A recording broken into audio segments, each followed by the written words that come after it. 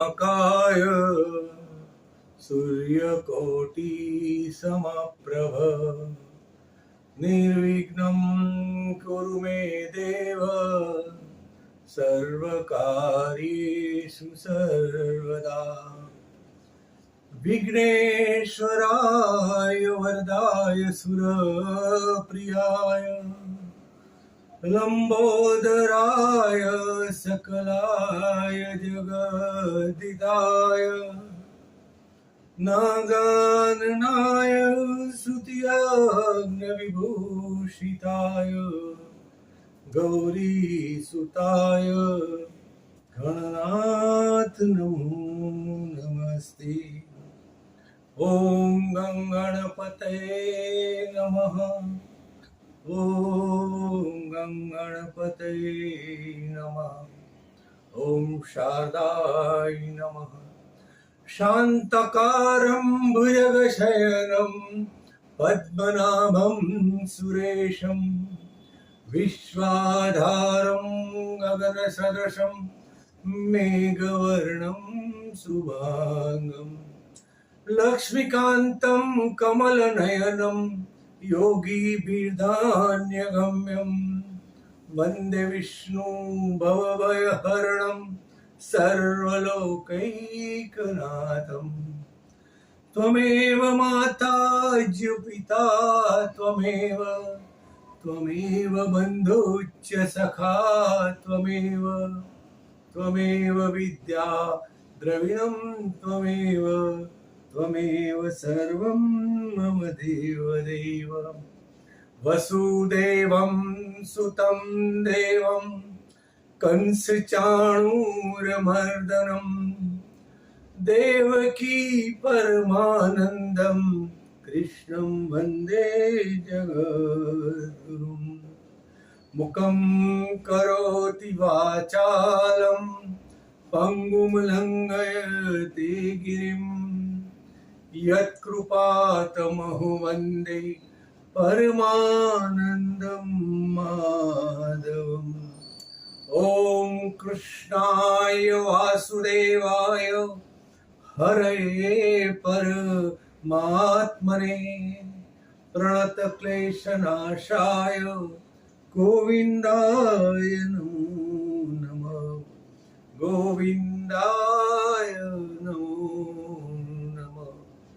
मनोजवं मारुततुल्यवेगं जितेन्द्रियं बुद्धिमतां वरिष्ठं वातात्मजं वानरयूथमुख्यं श्रीरामदूतं शरणं प्रपद्ये।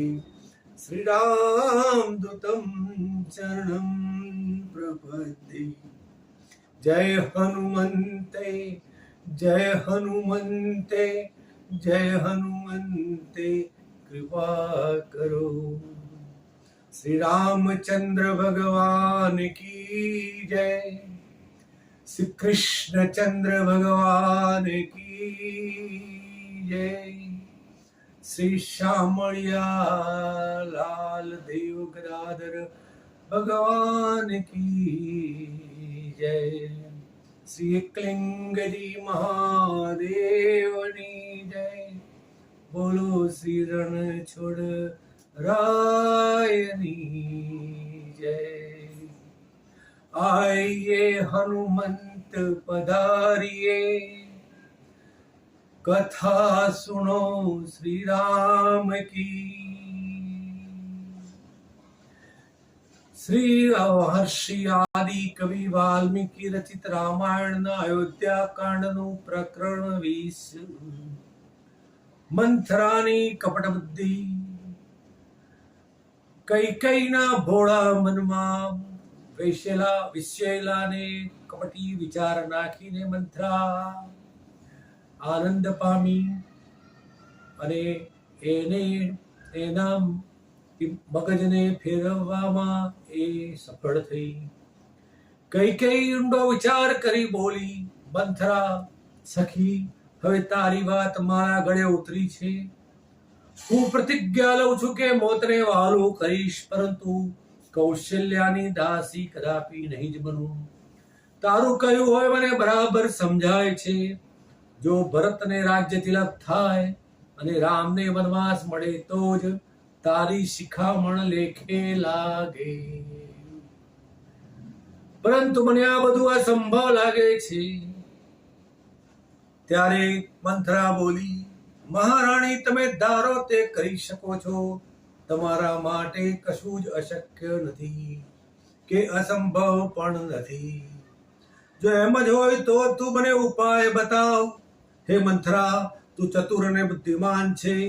તું જે કહીશ તે હું કરીશ. શું જે તમારા હાથની વાત છે એ જ મારે તમને બતાવવી? મંથરા બોલી. મને તારી વાત સમજાતી નથી મંથરા. જે ઉપાય હોય તે મને સત્વરે કહે. હું મારા ભરત માટે બધું જ કરી છૂટવા તત્પર છું. મહારાણી, તમે ભૂલી ગયા તમારી પાસે એવા બે ધારદાર શસ્ત્રો છે કે તમે ધારો તે કરી શકો.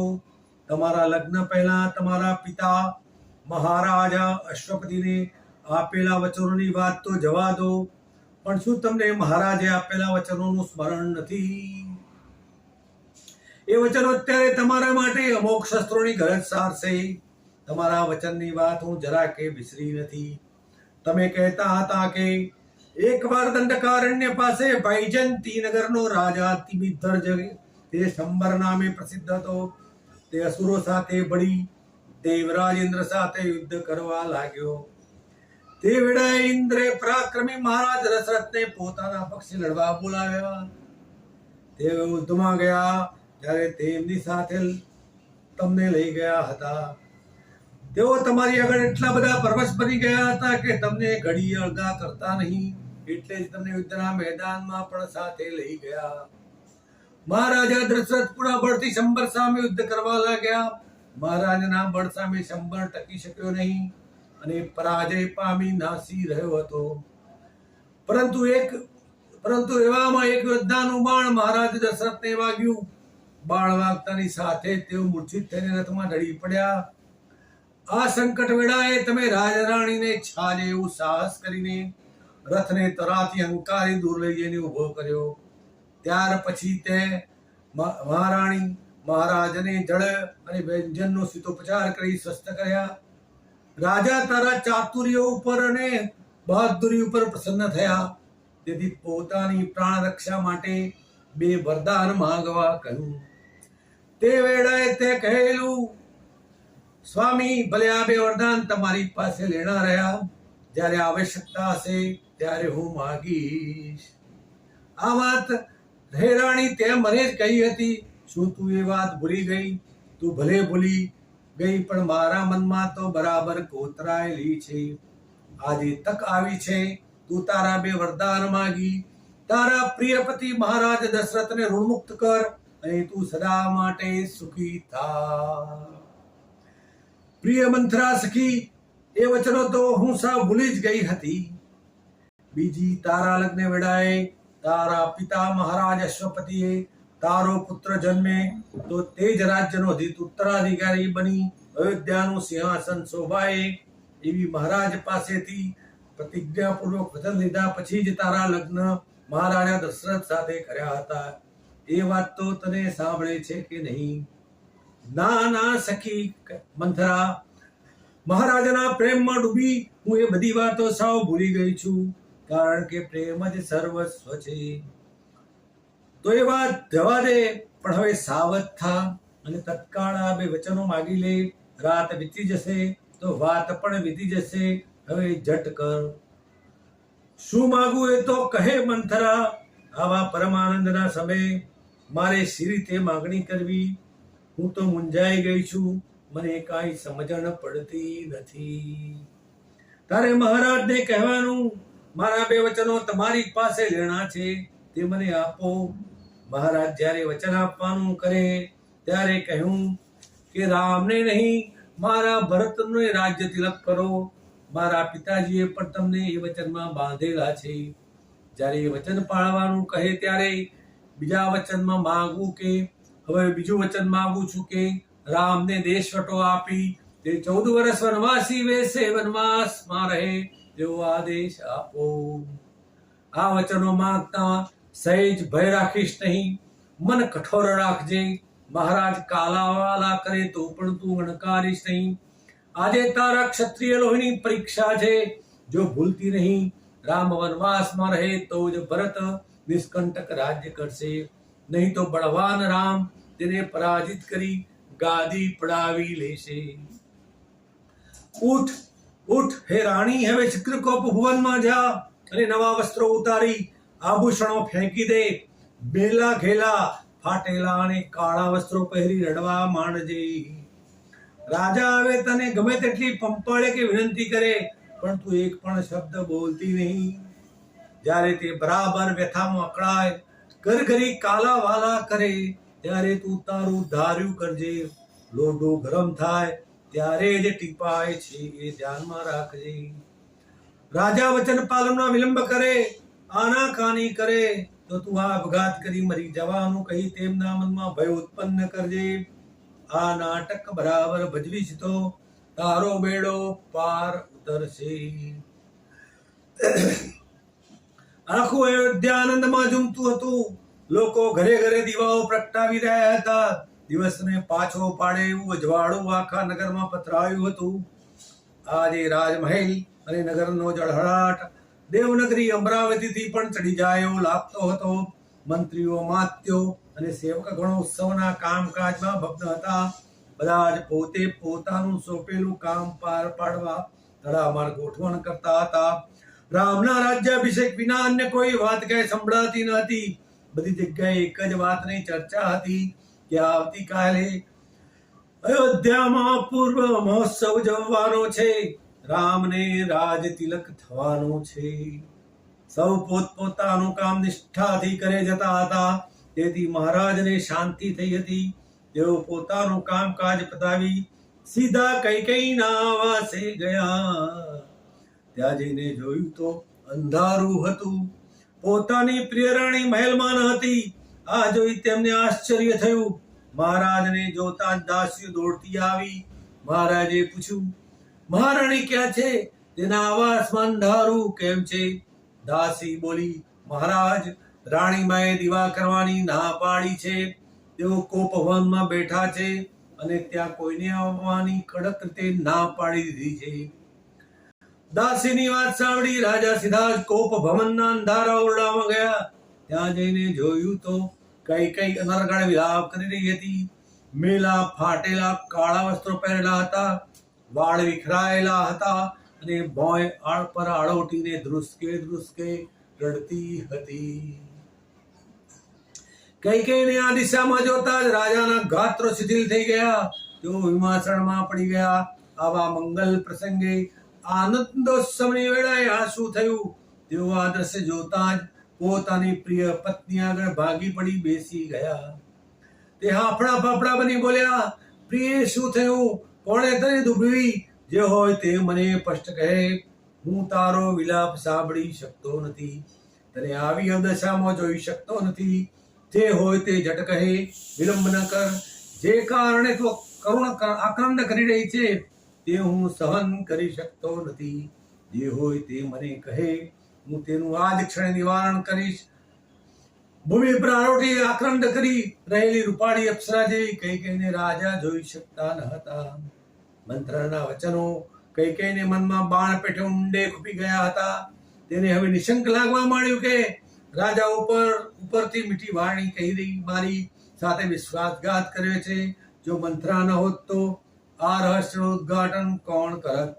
રાજાએ ફરી પાછી કૈકેયીને પંપાળવા આર્ત વચનો દ્વારા વિનંતી કરવા માંડી. પ્રિય, તું બોલતી કેમ નથી? જે હોય તે કહે. તારી વેદના તારા કરતા મને વધારે પીડા આપે છે. એવું શું છે કે તું કશું જ કહેતી નથી?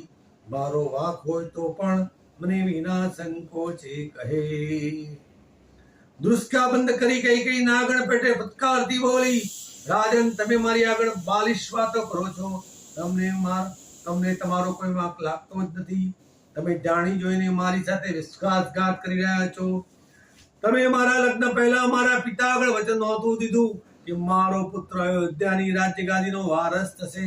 ક્યાં ગયું એ તમારું વચન? ક્યાં ગયું રઘુકુળની રીત, પ્રાણ જાય પર વચન ન જાય. અને શંબર ત્રિમીર્થ સાથેના યુદ્ધમાં તમને મેં પ્રાણદાન આપ્યું. તે વેળાએ આપેલા 2 વચનો પણ વિસરી ગયા. તમે ખૂબ સરળ અને ભોળા છો, વાહ તમારું ભોળપણ. કૈકેયીએ ફેંકેલા વેરણ છેરણ પડેલા રત્નજડિત આભૂષણોના રત્નો તણખાની જેમ ઝળકતા હતા, અને એવા જ કૈકેયીના શબ્દોમાંથી આગના તણખા ઝરતા હતા. રાજ તો મૂઢ બની કૈકેયી સામે દયામણે ચહેરે જોઈ રહ્યા. છેવટે ધૈર્યધારી બોલ્યા, પ્રિય, હું વચન ભંગ થવા માંગતો નથી, પરંતુ તે વેળા કૌશલ્યાના પેટે પહેલા રામનો જન્મ થશે, અને તે સૌથી મોટો પાઠવી પુત્ર થશે, એવી પણ મને કલ્પના ન હતી. અમારા કુળમાં જે મોટો પુત્ર હોય તે જ સિંહાસનનો અધિકારી બને છે. મેં એ જ પરંપરાને અનુસરીને રામનો રાજ્યાભિષેક કરવાનું નિરાધરણ કર્યું છે. મેં કોઈ અનૈતિક પગલું ભર્યું નથી. તું મોટું મન કરીને કુળ પરંપરાનો સ્વીકાર કર, તેમાં જ આપણા સર્વનું કલ્યાણ છે. વૃદ્ધત્વ તારુણ્યની આગળ વધુ ને વધુ લાચાર બનતું જતું હતું. રાજાની કાકલુદી પ્રત્યે કૈકેયીએ લેશ માત્ર નમતું જોખ્યું નહીં. ઉપરથી બોલી, રાજન, બધું સત્ય વચન બોલો, આપણું કલ્યાણ નહીં, તમારા સૌનું કલ્યાણ અને મારું કલ્યાણ. કૈકેયીનું સૌંદર્ય લુપ્ત થયું અને આંતરિક રાક્ષસી રૂપ પ્રગટ થવા લાગ્યું. વાલી, આ તું શું કહે છે? તારામાં એકાએક પરિવર્તન છાતી આવ્યું. શું રામ તને ભરત જેટલો જ વાલો નથી, અને રામ તારી ઉપર સગી માતા જેવો પ્રેમ રાખતો નથી? ભરતને તે સગા ભાઈ જેવો ગણતો નથી? તો શું તમને રામ જેટલો જ ભરત પ્રિય નથી? હું ધર્મથી વિપરીત બોલતી નથી. તમારી પાસે મારા જે વચનની થાપણ છે તે માગીને તમને ઋણમુક્ત કરું છું. મારા અધિકારથી મારે વધારે કાંઈ જોઈતું નથી. કૈકેયી બોલી. આમ કહી તે ઊભી થઈને 2 હાથ જોડી ચારે દિશાએ ફરી બોલી, હે દેવો, સૂર્ય, ચંદ્ર, તારાઓ, પંચમહાભૂતો, તમે મારા પતિએ આપેલા વચનના સાક્ષી છો. હું અસત્ય બોલતી નથી, એ તો તમે જાણો છો. એમ કહી તે રાજા સાહેબ ઊંચા સાદે બોલી, રાજન, જ્યારે તમારા શત્રુએ તમને બાણ માર્યું, તમે ઘાયલથી મૂર્છા ખાઈ પડ્યા, ત્યારે મેં રથને ચતુરાઈથી અંકારી લઈ જઈને તમારા શરીરમાં લાગેલું બાણ ખેંચી કાઢ્યું, ઘા ઉપર ઔષધિ લેપ કર્યા અને સિદ્ધોપચારથી તમને સ્વસ્થ કર્યા. એનું તમને સ્મરણ છે ને? હા પ્રિય, રાજા દશરથ બોલ્યા, તું ન હોત તો હું જીવિત ન હોત. તે મારી ખરા સમયે પ્રાણ રક્ષા કરી છે, તે હું શી રીતે ભૂલી શકું? તે વેળા તમે મારા પૂર્વ સારથીપણાથી મુગ્ધ થઈને તમારી પ્રાણ રક્ષા હેતુ 2 વરદાન માંગવા અત્યંત આગ્રહ કરેલો. ત્યારે મેં કહ્યું, હમણાં 2 વરદાનની થાપણ તમારી પાસે રાખો. જ્યારે મારે જોઈશે ત્યારે હું માગી લઈશ. એનું પણ તમને સ્મરણ છે ને? હા પ્રિય, એ વરદાનો હું ભૂલ્યો નથી. તો પછી એ વરદાનો આપવામાં તમે આળપમ પણ કેમ કરો છો? અત્યારે રાજ્યાભિષેકની ગોઠવણ થઈ રહી છે, તો મારા પુત્ર ભરતનો રાજ્યાભિષેક કરો, રામનો નહીં. આ મારી પહેલા વરદાનની માગણી છે. હવે બીજું વરદાન હું એ માંગુ છું કે રામને દેશવટો આપો અને તે વનવાસી બેસે. બલકલ પહેરીને અયોધ્યામાંથી નીકળી 14 વર્ષ વનવાસ ભોગવે, એ મારી બીજી માગણી છે. આથી વધારે મારી કોઈ માગણી નથી. તમે મારા પિતાજીને આપેલું વચન પણ મેં મારા વચનોમાં સમાવી લીધું છે. જો તેને સમાવી લીધું હોત તો હજુ પણ મારે તમારી પાસે માગવાનું રહે. હવે તમે વચન પાલન કરી તમારા પૂર્વજોની રઘુવંશની કીર્તિ ઉજાળો. રઘુવંશની કીર્તિમાં પ્રાણ જાય પર વચન ન જાય, અથવા વચન ભંગ કરીને કલંક લગાડો, તમને ગમે તે ખરો. આમ બોલી કૈકેયી પાછી ઢળી પડી. इति श्री अयोध्या कांड प्रकरण समाप्त. बोलो श्री वाल्मीकि ऋषि की जय. श्री रामचंद्र भगवान की जय. श्री कृष्णचंद्र भगवान की जय. अच्युतम केशवम राम नारायणम सुदेव वासुदेव श्री हरि श्रीधरं माधवं गोपिका वल्लभं जानकी विनायकं श्रीरामचन्द्रं भजे। सर्वे भवन्तु सुखिनः, सर्वे सन्तु निरामयम्, सर्वे भद्राणि पश्यन्तु, मा कश्चिद् दुःखभाग् भवेत्। ॐ शान्तिः, ॐ शान्तिः, शान्तिः, शान्तिः। हरि ओम तत्सत्, हरि ओम तत्सत्, हरि ओम तत्सत्। रघुपति राघव राजा राम, पतित पावन सीताराम। सुंदर विग्रह मेघा श्याम, गंगा तुलसी शालिग्राम। रघुपति राघव राजा राम, पतित पावन सीताराम। सीताराम सीताराम, भगत जन प्रिय सीताराम।